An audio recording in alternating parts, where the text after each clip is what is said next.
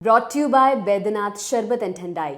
ठंडाई शरबत के बिना होली कैसे मनेगी जनाब।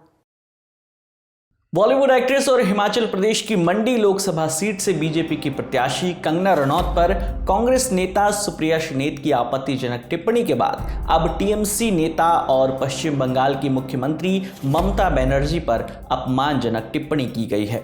टिप्पणी करने वाले हैं पश्चिम बंगाल से बीजेपी सांसद दिलीप घोष। दिलीप घोष ने कहा, ममता जब गोवा जाती हैं तो खुद को गोवा की बेटी कहती हैं, त्रिपुरा में खुद को वहां की बेटी बताती हैं।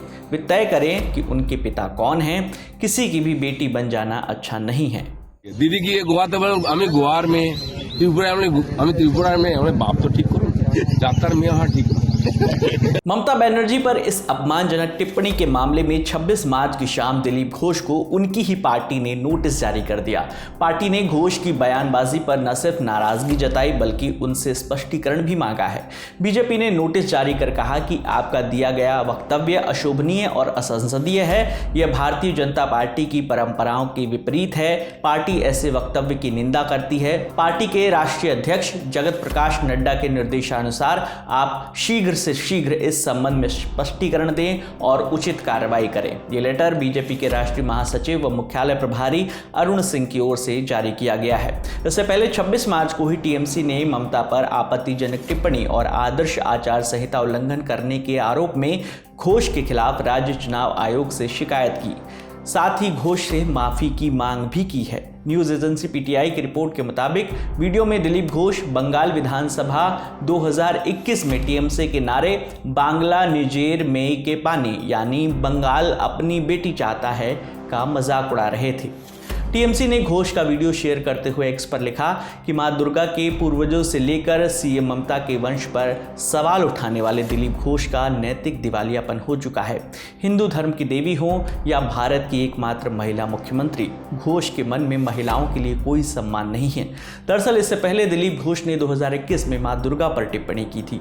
तब कहा था कि भगवान राम एक राजा थे, कुछ लोग उन्हें अवतार मानते हैं, हम उनके पूर्वजों के नाम जानते हैं, क्या हम दुर्गा के पूर्वजों के बारे में जानते हैं। घोष के इस बयान को लेकर तब काफी विवाद भी हुआ था। ममता पर टिप्पणी को लेकर टीएमसी के कई नेताओं ने घोष की आलोचना की। पूर्व भारतीय क्रिकेटर और टीएमसी के नेता कीर्ति आजाद ने कहा कि घोष की मानसिक स्थिति ठीक नहीं है, वे किसी अस्पताल में जाकर अपना इलाज करवाएं। दिलीप घोष और भाजपा की मानसिकता रोज रोज उजागर हो रही है कि किस प्रकार से यह नारी शक्ति का अपमान करते हैं। दिलीप घोष के बारे में तो पहले भी पता है कि दुर्गा मां का अपमान किया था, पूछा था कि उनका माँ बाप कौन है, मालूम नहीं। अब दीदी के बारे में इस तरीके से बात कर रहा है। ऐसे लोगों को किस प्रकार से लोग सह सकते हैं ये हमको समझ में नहीं आता। इसलिए इनका बहिष्कार होना चाहिए, इनकी जो मानसिकता है उसका बहिष्कार होना चाहिए और ये जो मानसिक संतुलन खो चुके हैं इन्हें अस्पताल में जाकर के भर्ती होना चाहिए। कीर्ति आजाद बंगाल के वर्धमान दुर्गापुर सीट से टीएमसी के लोकसभा उम्मीदवार हैं। दिलीप घोष भी इसी सीट से भाजपा के प्रत्याशी हैं। दिलीप घोष फिलहाल मेदिनीपुर लोकसभा सीट से भाजपा के सांसद हैं। वहीं इस पूरे मामले में पश्चिम बंगाल सरकार में महिला एवं बाल विकास और समाज कल्याण मंत्री शशि पांजा ने कहा कि यही बीजेपी का चरित्र है। दिलीप घोष फिर से ममता बनर्जी को अपमान किए, फिर से उन्होंने एक व्यक्ति के ऊपर अपमान किया है, आक्रमण किया है। दिलीप घोष का डीएनए ही ऐसा है, उनका और बीजेपी का चरित्र ही ऐसा है। ये बंगाल के लोग और बंगाल के समाज और बंगाल के नारी समझ ले कि इस तरीके के लोग भी कैंडिडेट होते हैं, इस तरीके के लोग भी सोचते हैं कि वो जीतेंगे और लोगों को और भी अपमान करेंगे, नारियों को और भी अपमान करेंगे। वहीं टीएमसी की प्रवक्ता और पूर्व राज्यसभा सांसद सुष्मिता देव ने राष्ट्रीय महिला आयोग पर ही सवाल खड़े कर दिए। मैं दिलीप घोष जी से कहना चाहती हूँ, आपकी जो यह गंदी सोच है महिलाओं के बारे में, ये कहाँ से आती है हम सबको पता है।